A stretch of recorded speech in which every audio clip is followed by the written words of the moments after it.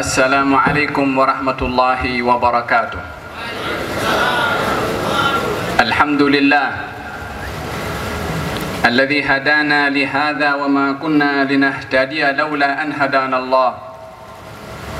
Salatu wassalamu ala sayyidina wa habibina wa syafi'ina Rasulillah Muhammad ibn Abdullah wa ala alihi wa sahbihi wa man tabi'a hudah wa alaina ma'ahum wa fihim birahmatika ya arhamar rahimin, amma ba'du.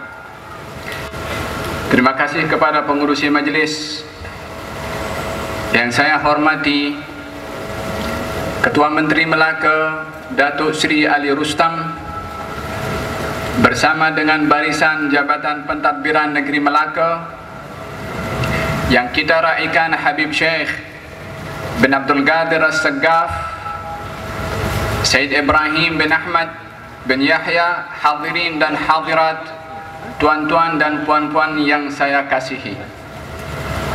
Kita berada dalam satu acara berhimpun dengan mempunyai tujuan yang sama, adalah menggapai dan meraih keridhaan daripada Allah Subhanahu wa ta'ala. Apa yang kita lakukan pada malam hari ini dan apa yang telah diperdengarkan sebentar tadi melalui penyampaian Said Ibrahim dan juga kejayaan yang sudah dicapai oleh negeri Melaka yang kita dengarkan penyampaiannya daripada Datuk Seri Ali Rustam sendiri, adalah merupakan satu anugerah dari Allah Subhanahu wa ta'ala, yang kita berharap dan berdoa moga-moga Allah Subhanahu wa ta'ala terima dan mengabulkan perhimpunan kita pada malam hari ini, dengan kita digolongkan oleh Allah dalam golongan orang-orang yang disebut oleh Allah dengan kita menyebut Allah Subhanahu wa ta'ala. Duduknya kita berada di tempat ini adalah merupakan mazharul istijabah, adalah satu tanda di dalam kita mendatangi seruan yang telah diserukan oleh Allah dan juga oleh Rasulullah,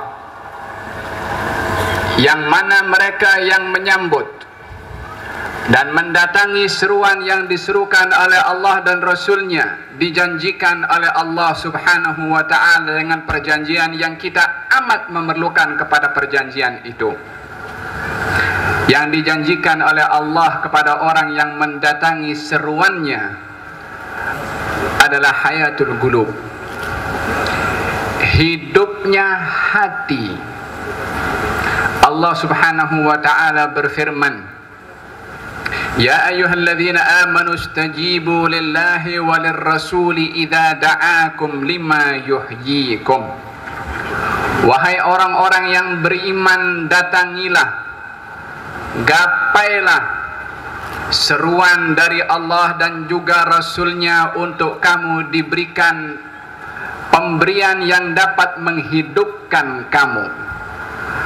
Apakah yang dimaksudkan dengan menghidupkan kamu sementara kita ini orang yang hidup dan diseru dan disampaikan message oleh Allah?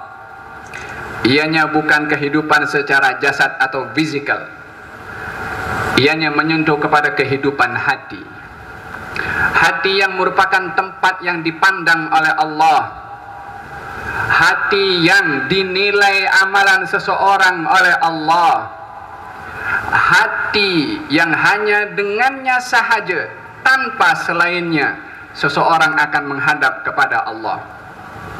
Yauma la yanfa'u malun wala banuna illa man atallaha biqalbin salim. Di hari tiada mendatangkan manfaat harta dan juga anak-anak kecuali yang datang kepada Allah dengan hati yang selamat. Selamat daripada kedengkian, selamat daripada kemusyrikan, selamat daripada keraguan akan ketuhanan Allah Subhanahu wa ta'ala, selamat daripada buruk sangka, selamat daripada menghina kepada orang lain. Hati seumpama ini yang akan menjadi bekal kepada seseorang untuk berjumpa dengan Allah. Macam mana kita boleh mendatangkan atau dapat datang berjumpa dengan Allah dengan hati yang selamat? Macam mana kita untuk menyelamatkan hati ini supaya bila mana berjumpa dengan Allah kita tergolong daripada orang-orang yang datang membawa hati yang selamat. Kita mesti datang kepada dokter hati, orang yang dapat mengobati hati. Ianya bukan ada di hospital, bukan ada di klinik, tetapi ada pada baginda Rasulullah sallallahu alaihi wasallam.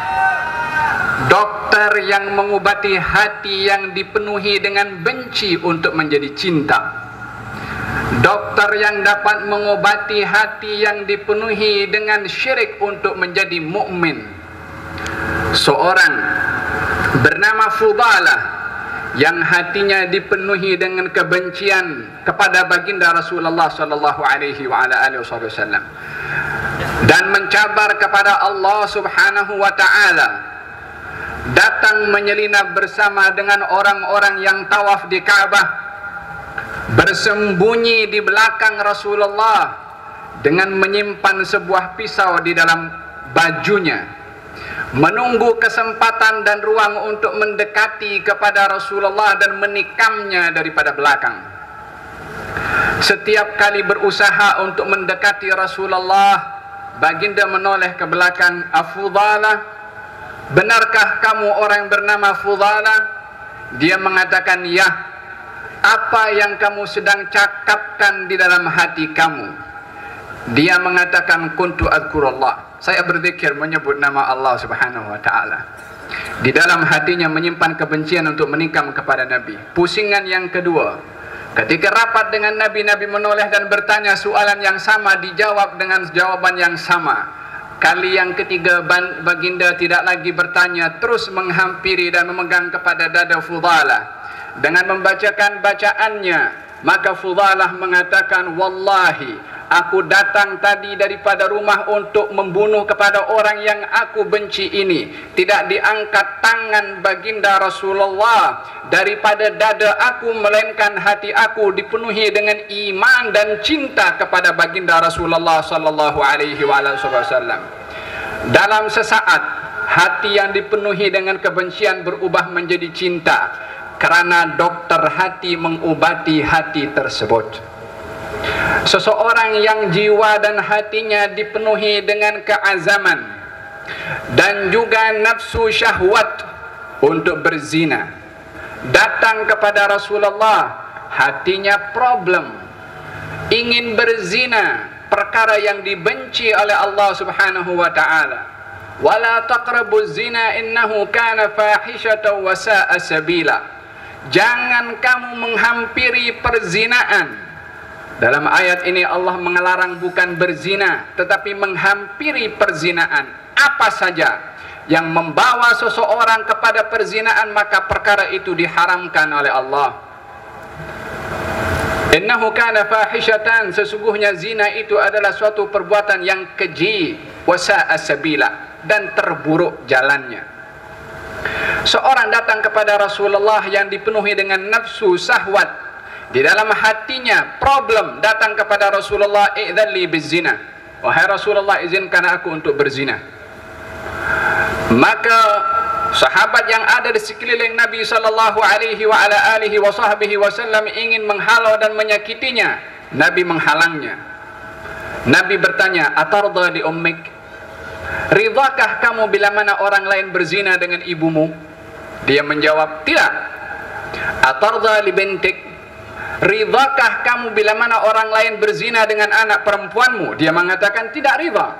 Atarda li ukhtik, ridakah kamu orang lain berzina dengan kakak atau adik perempuan kamu? Dia menjawab tidak. Nabi menjawab, demikian orang yang kamu berzina itu adalah mungkin ibu kepada orang lain, anak kepada orang lain, atau saudara, kakak atau adik kepada orang lain yang tidak ridha sama seperti kamu.